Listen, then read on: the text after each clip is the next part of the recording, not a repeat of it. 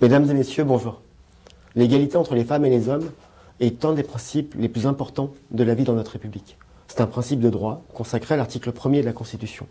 C'est aussi une priorité politique. C'est la raison pour laquelle le président de la République, en novembre 2017, a déclaré que l'égalité entre les femmes et les hommes serait une des plus grandes priorités du quinquennat. Depuis, nous travaillons à poursuivre cette ambition et à répondre à cet objectif. Nous le faisons au quotidien dans les actions que nous mettons en place. Nous le faisons aussi de manière plus profonde avec la volonté d'aller plus loin et de doter la fonction publique des outils nécessaires pour garantir cette égalité. Nous le faisons avec d'abord l'application d'un accord. Un accord intervenu en 2013, signé à l'unanimité des organisations syndicales. Cet accord sur l'égalité professionnelle entre les femmes et les hommes dans la fonction publique mettait en place les bases, les dispositions les plus essentielles pour garantir l'égalité tant en termes de rémunération que dans le déroulement des carrières des agents publics. Depuis cet accord, nous avons voulu le renouveler, nous avons voulu lui donner une ambition plus importante. Et le 10 septembre dernier, j'ai ouvert les négociations pour le renouvellement de cet accord. Cet accord, que nous proposons ainsi renouveler, ce nouveau protocole, il poursuit des ambitions extrêmement simples, mais en même temps essentielles. À la fois garantir une véritable égalité professionnelle entre les femmes et les hommes dans la fonction publique, mais aussi faire en sorte de lutter au quotidien contre toutes les discriminations, toutes les violences, tous les comportements qui viennent entretenir soit un comportement sexiste, soit un comportement parfaitement réprouvable. Cet accord, tel qu'il est proposé aujourd'hui aux organisations syndicales, poursuit ces deux volontés, ces deux objectifs, et permettez-moi de l'illustrer avec quelques exemples. D'abord, la volonté de donner des moyens effectifs à la réduction des inégalités entre les femmes et les hommes dans la fonction publique. Donner des moyens, c'est obliger l'ensemble des employeurs publics, comme nous l'avons fait avec Muriel Pénicaud pour les employeurs privés, à mettre en place des plans de réduction des inégalités tant de rémunération que d'accès aux responsabilités dans les services.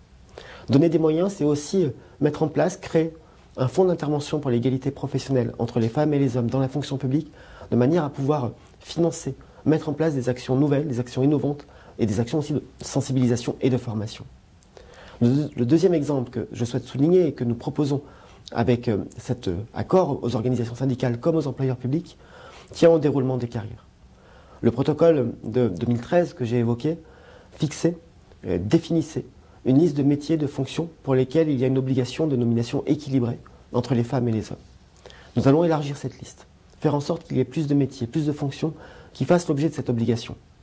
Nous allons aussi faire en sorte que, pour la question des avancements, il y ait l'obligation de choix équilibré entre les femmes et les hommes bénéficiaires de cet avancement.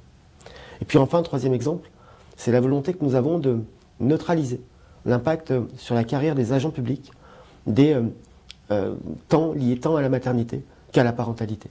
C'est ainsi que nous allons veiller, garantir que toutes les femmes qui font valoir leur droit à un congé maternité puissent continuer, pendant ce congé maternité, à bénéficier tant de leurs primes que de l'ensemble du régime indemnitaire.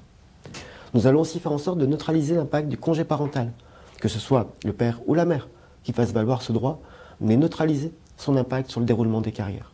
Et puis nous proposons avec cet accord que les femmes enceintes, entre le moment où elles déclarent leur grossesse à leur employeur et le moment où elles font valoir leur droit au congé maternité, puissent être exonérées, exemptées du jour de carence, afin de tenir compte justement de leur état de grossesse pendant cette période-là.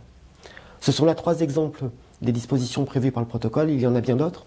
Notre objectif est de faire en sorte qu'au quotidien, dans les faits, dans la culture, dans la gestion quotidienne, dans la vie de nos agents et de l'ensemble des agents publics, il puisse y avoir un principe qui soit celui de l'égalité.